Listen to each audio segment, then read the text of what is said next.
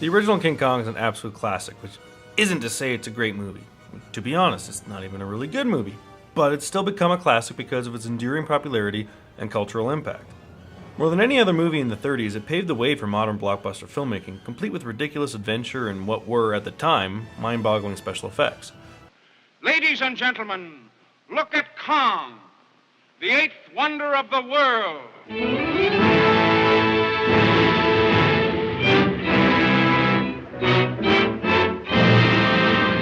This is definitely one of those rose-colored glasses type flicks, where so many audiences and filmmakers saw King Kong as a child and always remember it fondly, even going so far as to calling it one of the greatest films ever made. Surely it's an enjoyable flick with some excellent action sequences and a rousingly famous ending, but it's also pretty clunky and badly acted with some truly terrible dialogue and an opening 30 minutes that are like an endurance test of my fucking patience. Most people are completely familiar with the story of King Kong, but let's go through it a bit anyways. So, filmmaker Carl Denham goes out to find Skull Island and record the monster as Legend Kong. Before he leaves, he discovers Ann Darrow, played by Canadian Scream Queen Fay Wray. Go Canada! Come on. But, what is it? It's money and adventure and fame. It's the thrill of a lifetime and a long sea voyage that starts at 6 o'clock tomorrow morning. And she kind of sort of falls in love with the douchebag hero as they share possibly the least romantic romance scene ever filmed. I'm scared of you, too. And,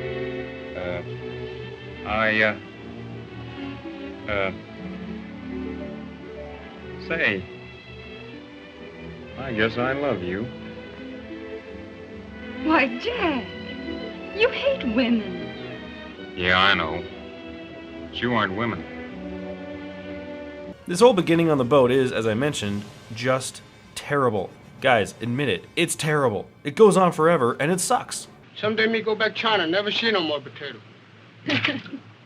People will say, oh, it's just an old-fashioned movie, and I get using that excuse on something like outdated special effects, or the Mickey Mousing music where a trombone plays every time the chief puts his foot down.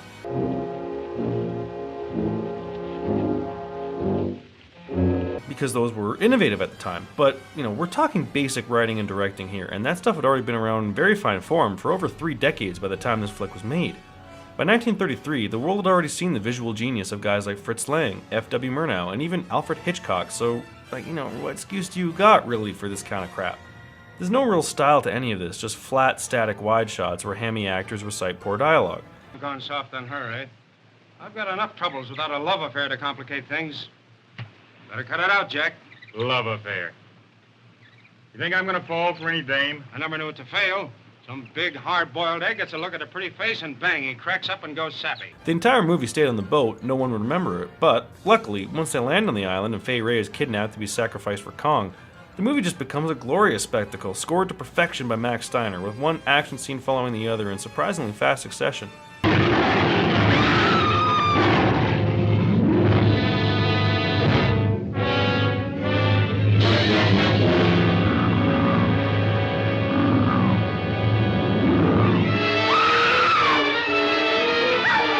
Yes, the stop-motion effects are obviously very fake and jerky now, but they still had a creepy appeal to Kong, especially since you can literally see his first shift and move with every fingertip that brushed by the puppet.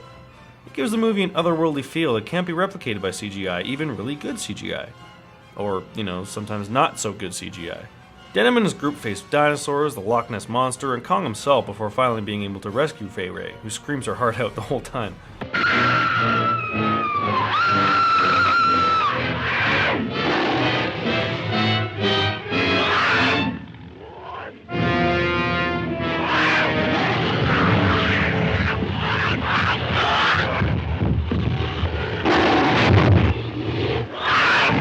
It's here in the remake that the story started to show some sympathy for Kong, basically playing him up as an empathetic, misunderstood hero.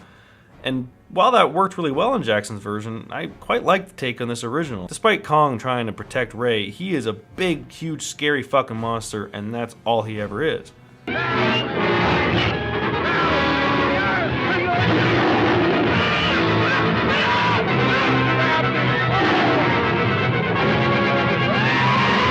Eventually, the quote-unquote hero saves a girl and Denham knocks out Kong, deciding only then to bring him back to New York. And, I always thought this was his plan all along, but apparently not in this version. We came here to get a moving picture, and we found something worth more than all the movies in the world. What? We've got those gas bombs. If we can capture them alive... Why, you're crazy. Besides that, he's on a cliff where a whole army couldn't get at him. Yeah, if he stays there. But we've got something he wants. And like most tellings of the story, the filmmakers happily ignore just how in the flying shit they dragged Kong onto the boat and sailed him all the way back, and even showed them in the big Manhattan theater without anyone noticing. Anyways, the flashbulbs freak Kong out, wrecking Denham's career pretty swiftly, I imagine, and he goes on a rampage to find Fay Wray, which he finds very quickly.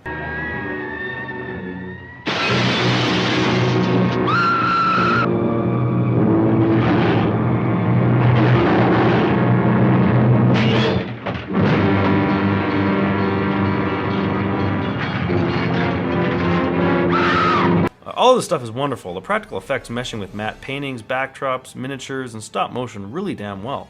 And of course, once Kong grabs Ray and they climb up the tower to soon be shot by airplanes, well, there's a reason why all this stuff is known throughout the world. It's still freaking exciting, even when you see the hilariously bad little puppets scaling the building walls.